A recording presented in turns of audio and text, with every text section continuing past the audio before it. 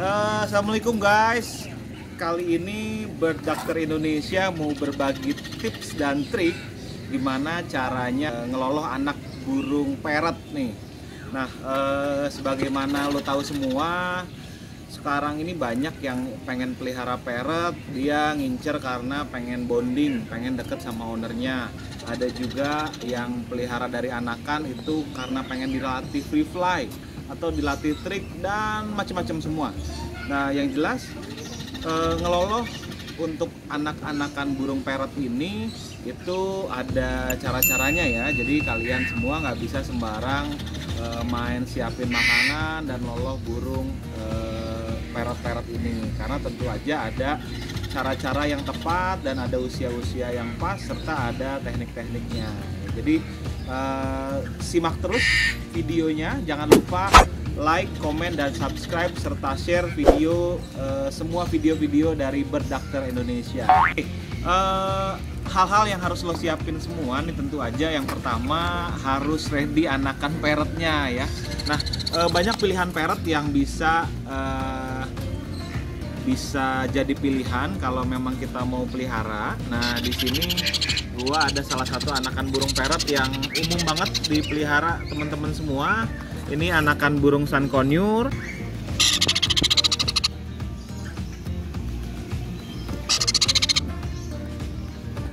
Nah, biasanya memang kita pilih anakan-anakan burung parrot yang memang itu mudah atau tidak terlalu sulit dalam perawatannya ya.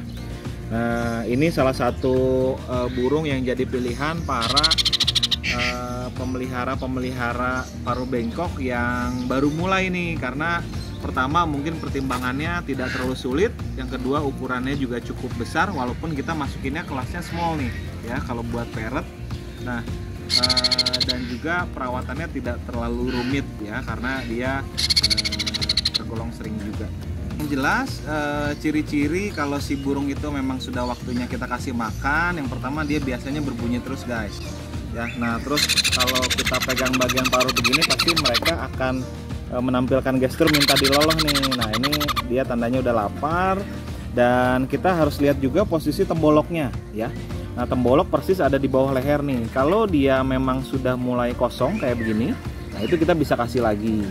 Nah, tapi kalau dia masih penuh ataupun masih ada sisa, sebaiknya kita jangan kasih dulu, karena sisa makanan yang ada nanti bisa bercampur, makanan yang lama bisa bercampur dengan makanan yang baru dan jadi kontaminasi kalau seandainya pakannya sudah tidak segar lagi buat si burungnya. Oke. Nah, kemudian yang berikutnya yang kita lanjutkan, yang jelas kita mesti prepare makanannya nih. Banyak pilihan makanan yang bisa lo pilih pada saat lo mau loloh burung paruh bengkok ya. Nah, yang tersedia di pasaran tentunya biasanya adalah pakan-pakan yang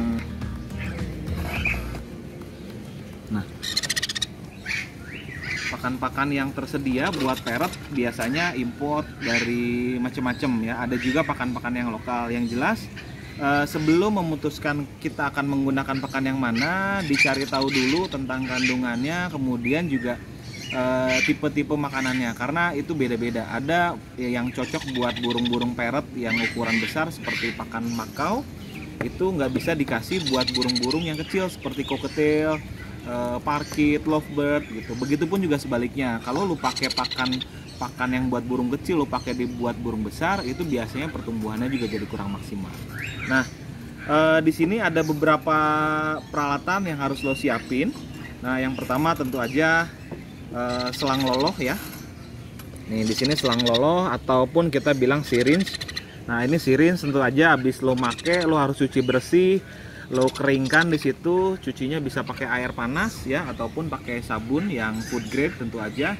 Dan di sini juga ada extension kalau lo mau pakai pipet ataupun selang tambahan, lo juga bisa. Dan jangan lupa juga kalau lo yakin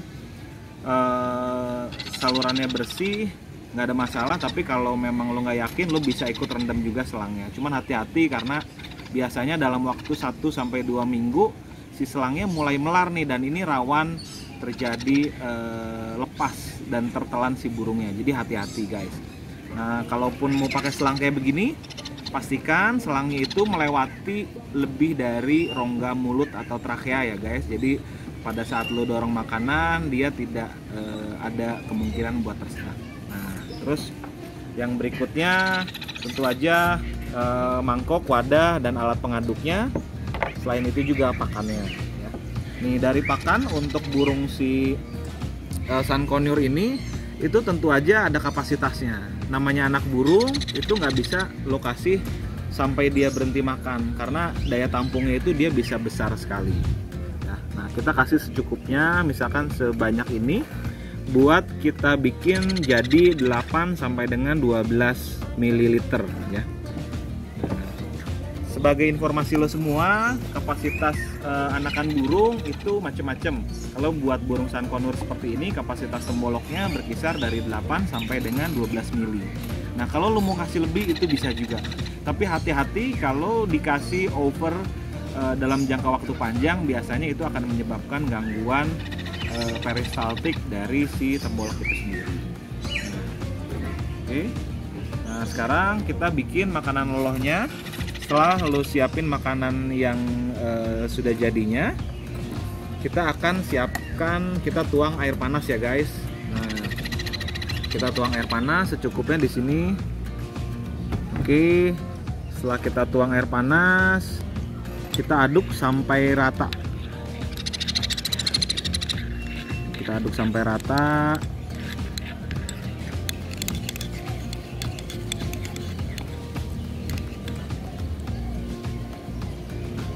Kalau ini konsistensinya terlalu encer, lo bisa tambahin lagi secukupnya.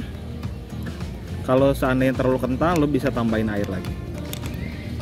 Terus setelah kita aduk rata, sebaiknya kita tunggu dulu sampai si makanan ini dia mekar ya guys.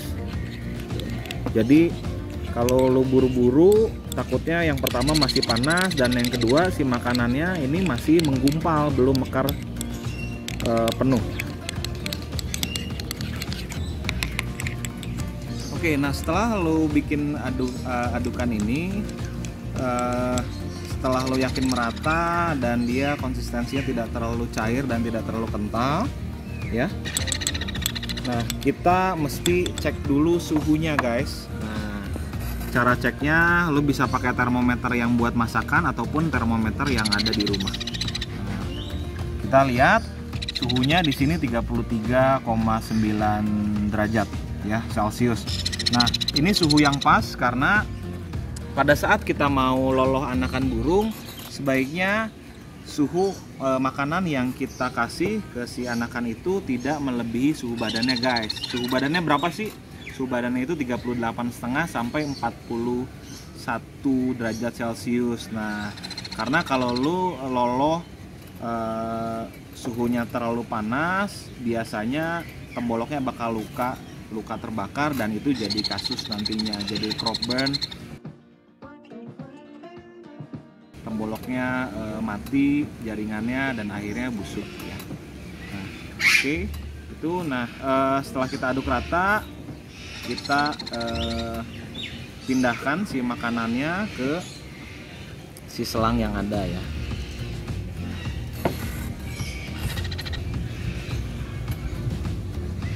Nah, masing-masing burung itu punya kapasitas volume lolohan yang berbeda ya guys. Jadi benar perhatikan lu peliharanya jenis apa dan berapa banyak pakan maksimal yang bisa lo kasih gitu, karena banyak banget kejadian yang kita obatin karena masalah awal mulanya dari tembolok. Nah, ini contohnya kita mau ngasih makanan, gak usah banyak-banyak dulu, kita kasih makan sedikit aja dulu. Ini mungkin sekitar 7-8 mili ya.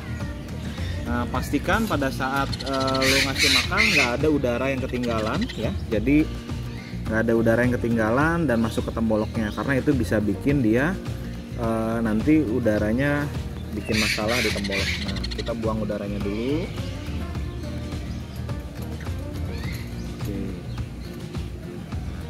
Oke.